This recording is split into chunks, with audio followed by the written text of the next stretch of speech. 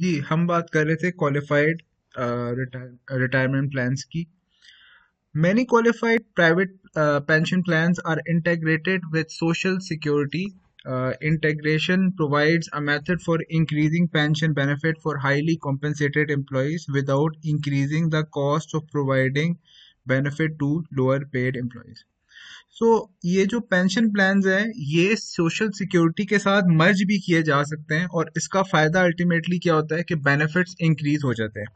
Social security जो होती है वो नॉर्मली गवर्नमेंट की तरफ से फैसिलिटी होती है, तो प्राइवेट पेंशन प्लान उसके साथ मर्ज भी कराए जा सकते हैं यूनाइटेड स्टेट्स में। लेकिन जो है ये सोशल सिक्योरिटी के बारे में जो डिटेल में हम डिस्कस करेंगे वो in the next chapter. A top-heavy plan is a retirement plan in which more than 60% of the plan assets are in accounts attributed to key employees. अब टॉप हैवी प्लान नाम से वाज़ेह है कि ये टॉप लेवल जो employees होंगे उनको उनसे डील कर रहा होगा या उनके बेनिफिट में ज़्यादा एट्रीब्यूटेबल होगा। तो ऐसे प्लान के जो एसेट्स होते हैं वो 60% जो होते हैं वो एटलीस्ट 60% उस एट्रीब्यूट किए जाते हैं टू द हायर और key employees.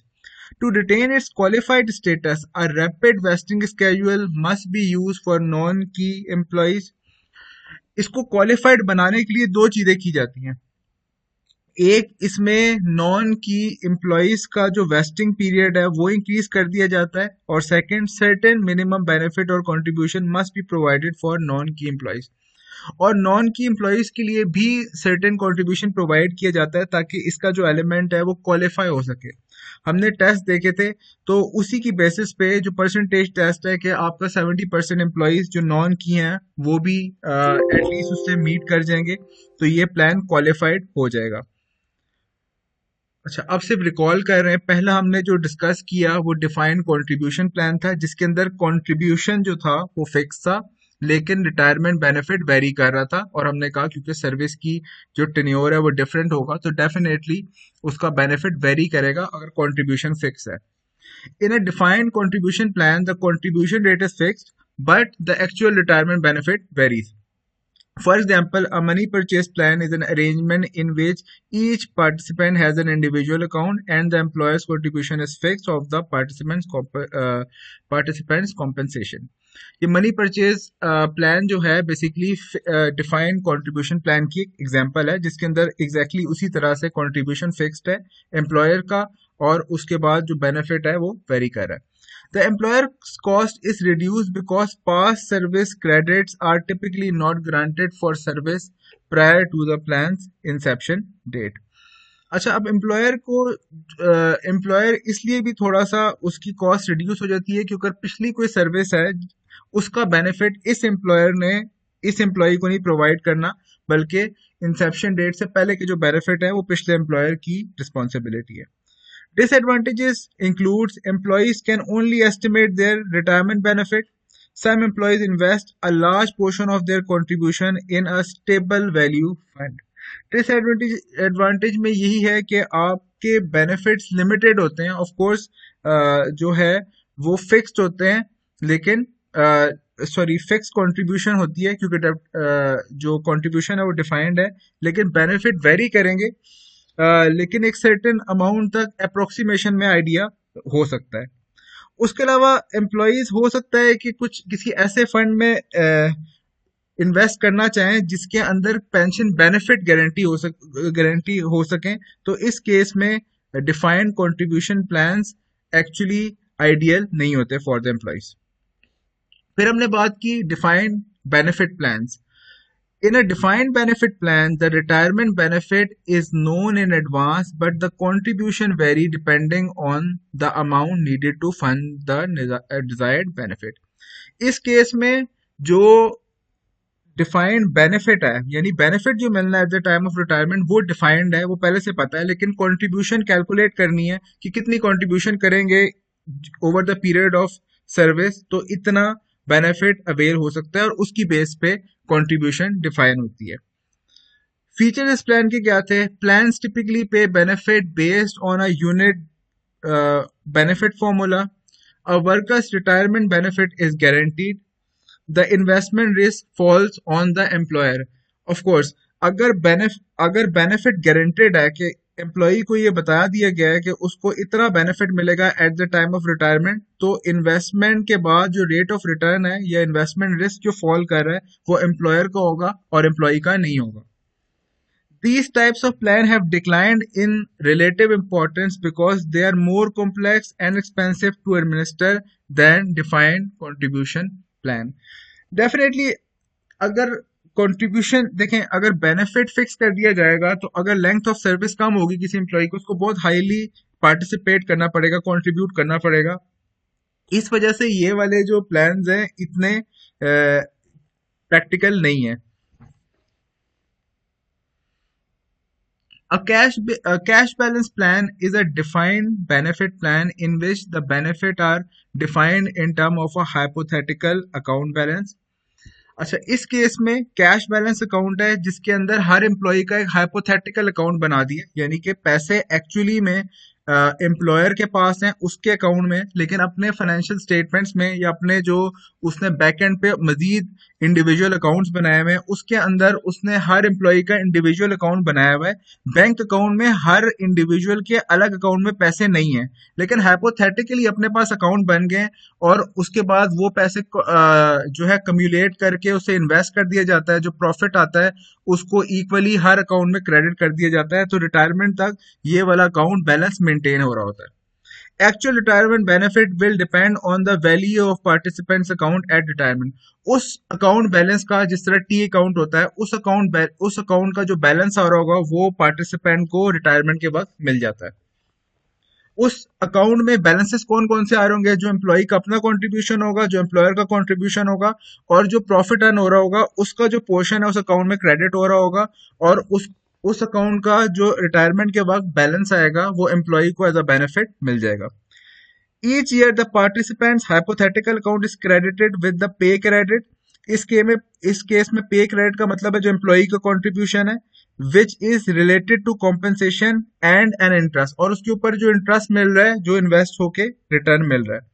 The employer bears the investment risk and realize any investment gain.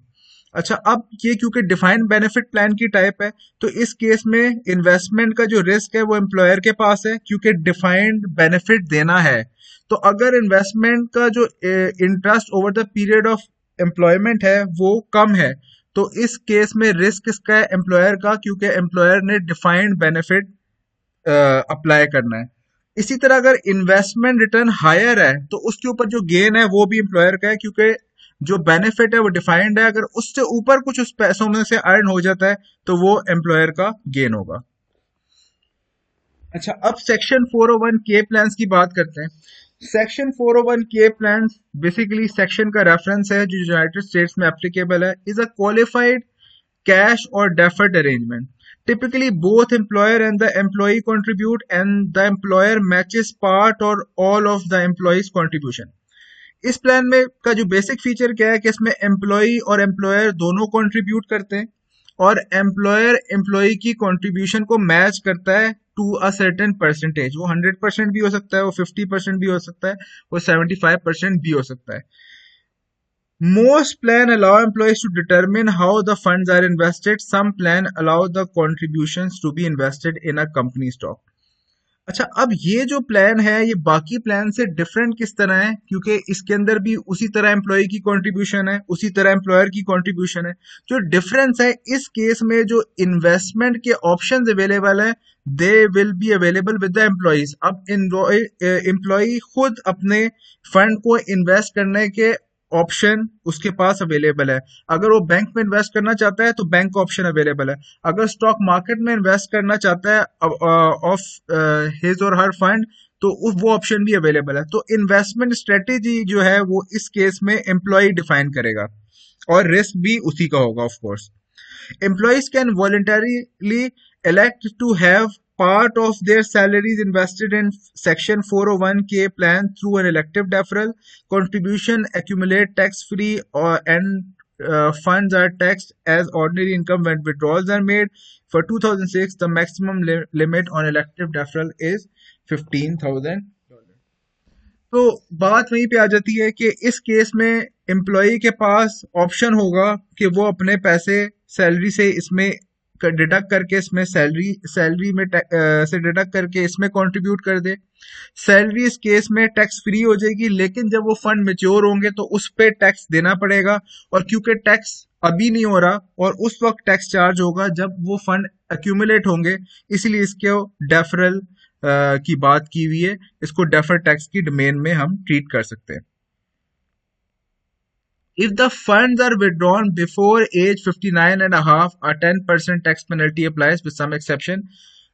जिस तरह पहले बात की थी कि अगर 59 एंड हाफ एज से पहले एम्प्लॉय फंड विड्रॉ करता है, और अगेन ये एग्जांपल यूनाइटेड स्टेट्स की है, ये पाकिस्तान में या किसी और कंट्री में अप्लाई नहीं होती, तो फिर उस पर 10% पेनल्टी अप्लाई होगी, और विद सम एक्सेप्शन, जिस तरह हमने पहले बात की थी कि कुछ एक्सेप्शंस रहेंगी अगर विड्रॉल पे टैक्स की पेनल्टी ना चार्ज हो।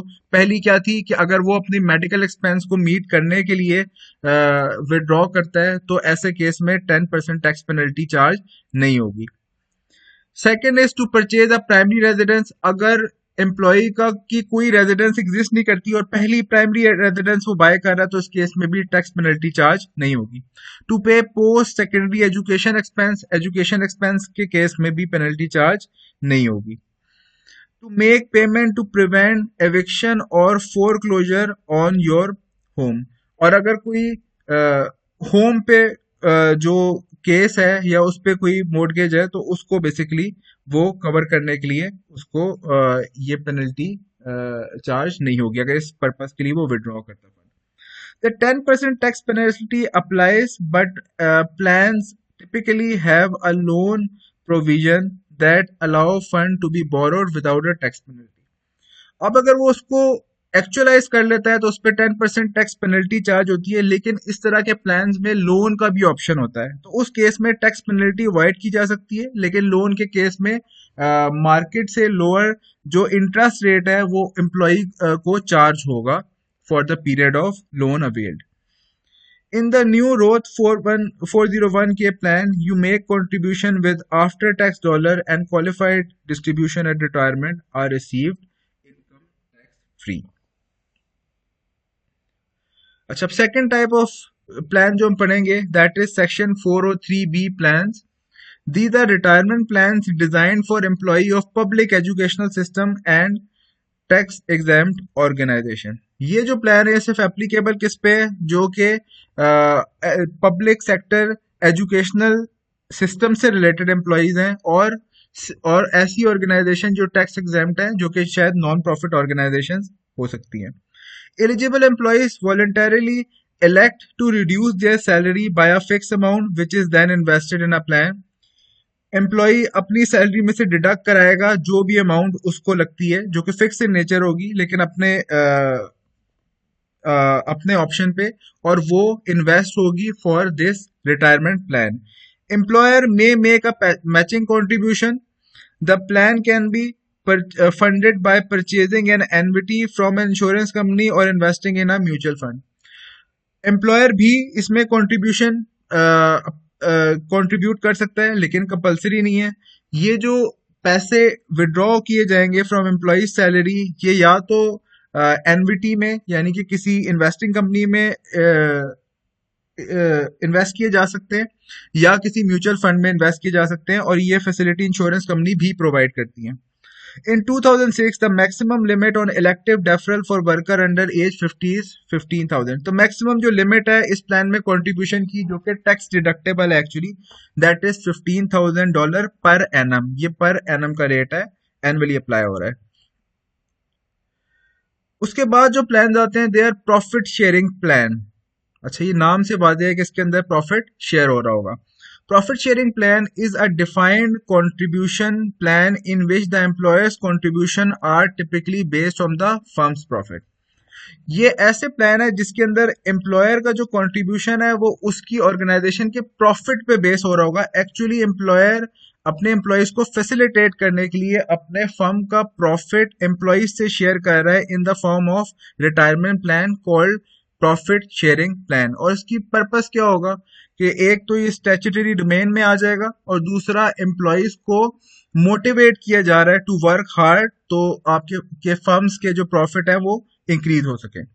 There is no requirement that employer must actually earn a profit to contribute a plan. Requirement नहीं है, लेकिन ये employer ऐसी facilities provide कर रहा है to encourage और motivate employees actually. The plan encourages employee to work more efficiently. Funds are distributed to the employees at retirement, death, disability or termination of employment or after number of fixed year. तो जो termination के benefit हैं वो बिल्कुल पहले वाले plans की तरह हैं. अगर एम्प्लॉय रिटायर होता है या उसकी डेथ हो जाती है तो उसकी फैमिली को डिसेबल हो जाता है या उसकी एम्प्लॉयमेंट खत्म हो जाती है, तो इन सारे केसेस में या fix number of fix year के बाद उसको मेच्योरिटी की अमाउंट मिल जाती है. For 2006, the maximum employer tax deductible contribution is limited to 25% of the employee's compensation or $44,000, whichever is less.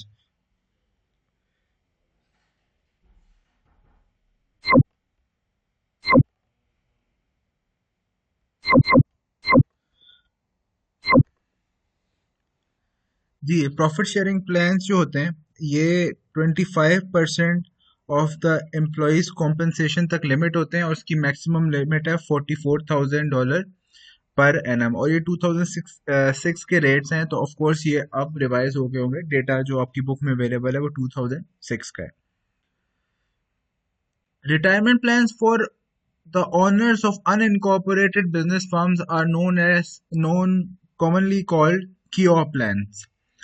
अच्छा, ये कियो प्लान्स जो हैं बेसिकली उन एम्प्लॉयर्स के लिए हैं जिनका अनइनकॉर्पोरेटेड बिजनेस है. और अनइनकॉर्पोरेटेड बिजनेस बोलते हैं जो बिजनेस इनकॉर्पोरेटेड नहीं होता, जिसकी एग्जांपल्स सोल प्रोप्राइटरशिप और पार्टनरशिप है. वो एम्प्लॉयर्स जो खुद एक्चुअली जिनके पास खुद कोई बेनिफिट्स नहीं है, उस केस में उनको भी रिटायरमेंट फैसिलिटी अवेलेबल होती है. और उनको उस तरह के जो प्लान्स हैं उनको क्योर प्लान्स कहा जाता है. Contribution to the plans are income tax deductible up to certain limits. और इसके फीचर्स भी उसी तरह के हैं कि इस पे भी जो कंट्रीब्यूशन होगी जो कि एम्प्लॉयर के अपने बेनिफिट के लिए होगी फॉर द रिटायरमेंट पर्पस, वो इनकम टैक्स डिडक्टेबल होगी उस एम्प्लॉयर के लिए. Investment income accumulates on a tax deferred basis. इस पे जो इन्वेस्टमेंट इनकम होगी वो टैक्स डेफर्ड बेसिस पे टैक्स होगी. मतलब ये कि जो इनकम आएगी वो उस ईयर में टैक्स नहीं होगी, बल्कि टैक्स कब होगी जब बेनिफिट अवेल किया जाएगा, जो कि at the time of retirement होगा या after the end of vesting period होगा. Amounts deposited and invested earning are not taxed until the funds are distributed, जो हमने बात की.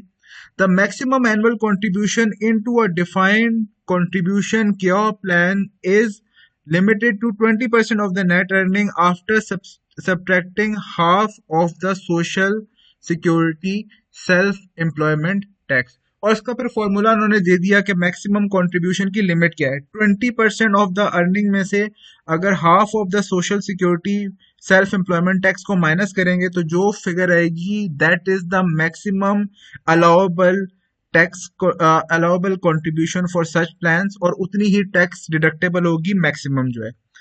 If the plan is a defined benefit plan. अच्छा, अब ये कब था? जब डिफाइंड कंट्रीब्यूशन प्लान था. अगर प्लान जो है डिफाइंड बेनिफिट प्लान है, then a self employed individual can fund for a maximum annual benefit equal to 100% of average benefit of for the 3 highest consecutive years of compensation or $175,000 whichever is lower.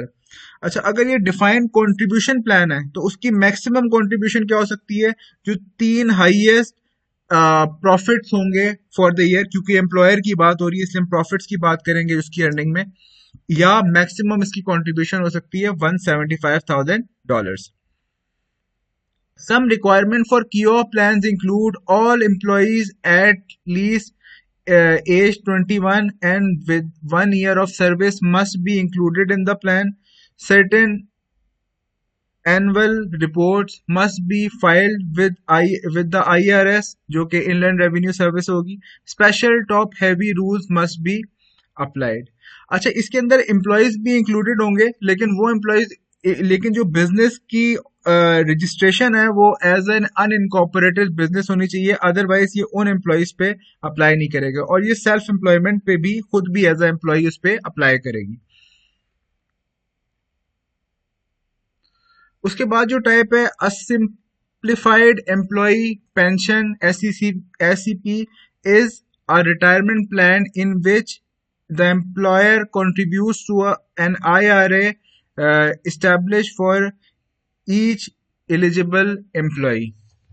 अच्छा, अब इस case में एक account create होगा जो कि artificial account नहीं होगा, जिस तरह हाइपोथेटिकल अकाउंट नहीं होगा, बल्कि इस बार रियल अकाउंट होगा जिसको हम बोलेंगे इंडिविजुअल रिटायरमेंट अकाउंट, और उसमें कंट्रीब्यूशन होगी और उसमें वो कम्युलेट होते होते जो रिटायरमेंट के वक्त बेनिफिट होगा वो एम्प्लॉय को मिल जाएगा। इस तरह के प्लान यूनाइटेड स्टेट्स में कॉमनली सॉरी इस तरह के अकाउंट्स यूनाइटेड स्टेट्स में कॉमनली अवेलेबल हैं, जिनको आईआरए बोलते हैं।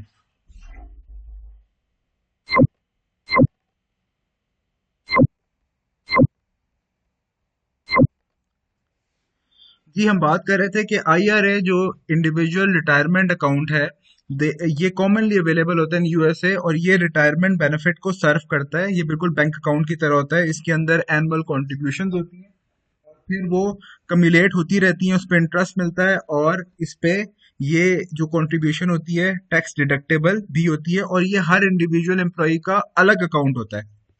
Popular with smaller employers because they involve minimal paper work.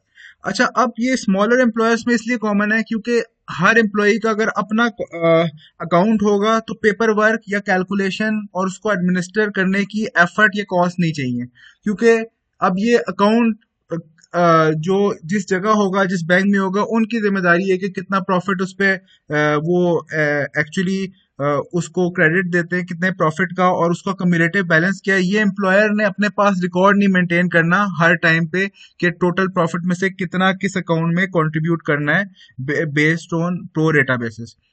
In a in a SEP IRA, the employer contributes to an IRA owned by each employee, must cover all worker at least age 21 and have worked for at least 3 of the past 5 years।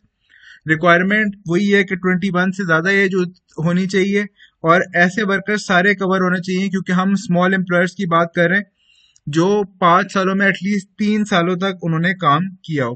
For 2006 the maximum annual tax deductible contribution is limited to 25% of the employees compensation और $45,000 which ever is less. तो maximum इसकी contribution या तो $44,000 होगी अगर employ के compensation का जो 25% है वो इससे ज्यादा है, अदरवाइज एम्प्लॉय की जो ओरिजिनल कॉन्ट्रीब्यूशन कॉम्पेंसेशन है उसका 25% जो इन दोनों में से लेसर है। Small employers are eligible to establish a saving incentive match plan for employees called Simple Plan, limited to employers that employ 100 or fewer employees and do not maintain another qualified plan. Smaller employers are exempt from most non-discrimination and administrative rules that apply to qualified plans, can be structured as an IRA or 401k plan।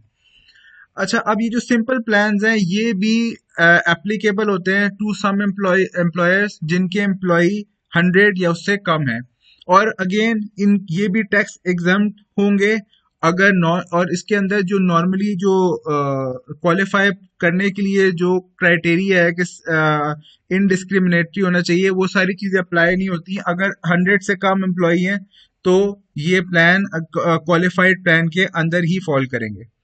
For 2006, the eligible employees can elect to contribute up to 100% of compensation up to a maximum $10,000। अच्छा, अब जो maximum limit है वो $10,000 है, और employ 100% अपनी salary contribute कर सकता है इसमें। तो इसका मतलब मैक्सिमम लिमिट हमारे पास $10,000 मौजूद है, और ये रेट अगेन आई रिपीट 2006 का है। Employers can contribute in one of two ways. Under a matching option, the employer matches the employee's contribution on a dollar for dollar basis up to 3% of the employee's compensation, subject to maximum limit. अच्छा, पहला तरीका क्या है, इसमें employer भी contribute करेगा, उसकी maximum contribution limit होगी 3% ऑफ द एम्प्लॉयज कॉम्पेंसेशन, यानी एम्प्लॉय की सैलरी का जो 3% है वो maximum allowable contribution of the employee है in simple plan. Under the non-elective contribution plan, the employer must contribute 2% of the compensation of each eligible employee subject to maximum limit. अच्छा, इसके बाद and में आ जाते हैं फंडिंग एजेंसीज पे. अभी तक हमने जितने प्लान की बात की ना, वो या तो एम्प्लॉयर खुद मेंटेन कर रहा था या एम्प्लॉय के ऑप्शन पे कहीं इन्वेस्टमेंट हो रही थी. अब जरूरी नहीं है कि एम्प्लॉयर प्लान्स को खुद मेंटेन करे, बल्कि उसके अंदर फंडिंग एजेंसीज भी यूज हो सकती हैं और उनके फंडिंग इंस्ट्रूमेंट्स भी यूज हो सकते हैं. और जो कॉमनली एजेंसीज यूज होती हैं, या तो इसको ट्रस्ट की फॉर्म दे दी जाती है या इंश्योरेंस कंपनीज को इन्वॉल्व किया जाता है for creating a retirement plan. A funding agency is a financial institution. Funding agency एक financial institution है that provides for the accumulation or administration of the fund that will be used to pay pension benefit. अब funding, जैसे ये define किया हमने कि funding agency एक financial institution है जो बेसिकली फंड्स की अक्यूमुलेशन को मॉनिटर करेगी और उसको एडमिनिस्ट्रेटिव पर्पस के लिए भी वो मॉनिटर करेगी. मतलब उनके पास रिकॉर्ड होगा कि किस एम्प्लॉय का कितना बेनिफिट बनता है एट पर्टिकुलर डेट और रिटायरमेंट के वक्त भी.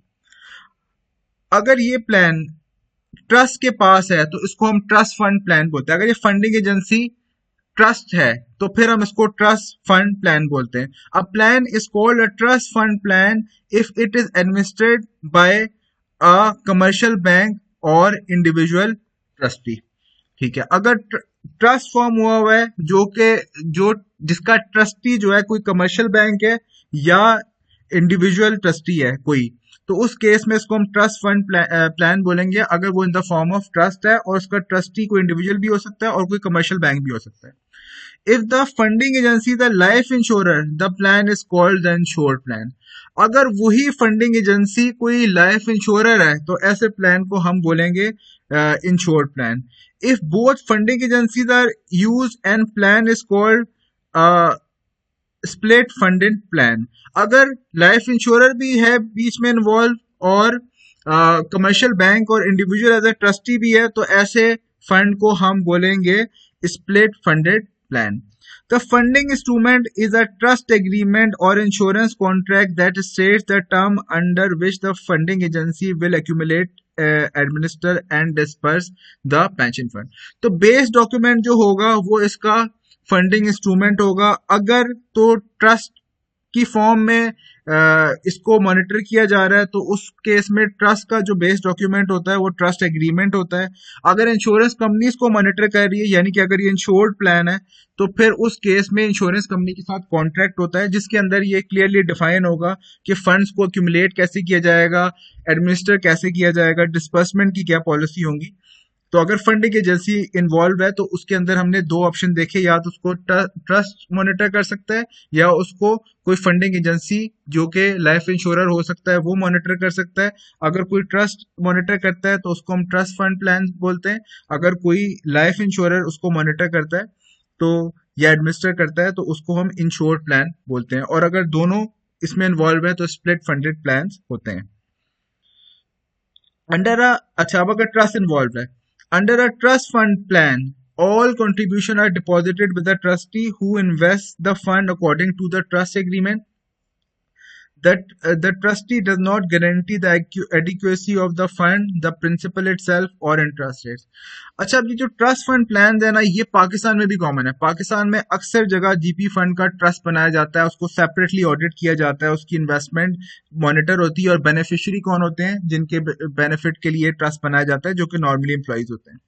अच्छा, ट्रस्ट फंड प्लान में जो ट्रस्टी होगा वो बेसिकली मेक श्योर करेगा कि इसकी फंड्स कैसे कहाँ कहाँ इन्वेस्ट होंगे और उसकी पॉलिसीज क्या होगी. नॉर्मली ये ट्रस्ट एग्रीमेंट में डिफाइन होगा. अच्छा, अब ट्रस्टी का ये काम नहीं है कि वो किसी को गारंटी करे कि इतना प्रॉफिट लाजमी अर्न होगा, बल्कि गारंटीड प्रॉफिट नहीं होगा, बल्कि जो बेस्ट पॉलिसीज अवेलेबल के अकॉर्डिंगली जो बैलेंस बनता होगा वो बेनिफिशियरी को ट्रांसफर होगा. A separate investment account is a group pension product with a life insurance company. A plan administrator can invest in one or more of the separate accounts offered by the insurer. These accounts are popular because pension contribution can be invested in a wide variety of investment including stock fund, bond fund or similar investment. अब जब यही pension fund अगर insurance company के पास offer होगा तो insurance companies के पास multiple plans available होते हैं। वो आपको प्लान के नाम जो भी उन्होंने रखे होंगे, प्लान ए बी सी कह लेते हैं हम समझने के लिए, वो उसमें बताएंगे भी कौन सा प्लान ज्यादा इक्विटी पे फोकस कर रहा है। यानी हो सकता है ऐसा प्लान हो जिसका 80% जो इन्वेस्टमेंट है वो इक्विटी में हो यानी स्टॉक्स में हो, 20% डेट में हो जो कि बॉन्ड्स हो सकते हैं। ऐसा प्लान हो सकता है जिसके अंदर बॉन्ड में इन्वेस्टमेंट ज्यादा है, स्टॉक में कम है। ऐसा भी प्लान हो सकता है जिसके अंदर गवर्नमेंट फंड्स में यानी कि सेफर प्लान हो सकता है, गवर्नमेंट फंड्स में ज्यादा इन्वेस्टमेंट है लेकिन of course higher the risk higher the return. अगर स्टॉक में इन्वेस्ट होगा तो stock is the high most risky financial instrument, तो उसके अंदर रिटर्न के जो चांसेस हैं वो भी हायर हैं। जितना कंजर्वेटिव साइड पे जाएगा उतने प्लान के इंटरेस्ट रेट कम होने के चांसेस हैं। तो आखिरी बात जो हम करेंगे इस यूनिट में, a guaranteed investment contract is an arrangement in which the insurer guarantees the interest rate for a number of years on a lump sum deposit. The contracts are popular with employers because of the interest rate guaranteed and protection against the loss of principal. अच्छा, कुछ insurance company ऐसे contracts भी provide करते हैं जिनको हम guaranteed investment contract बोलते हैं, और नाम से बात है इस केस में वो इन्वेस्टमेंट का रेट ऑफ रिटर्न गारंटी करते हैं कि अगर तो इस केस में जाते हैं रिटायरमेंट प्लान्स के लिए तो वो जो रेट ऑफ रिटर्न है वो गारंटी करेंगे और जो आपको एंड टर्म बेनिफिट है वो भी गारंटेड होगा।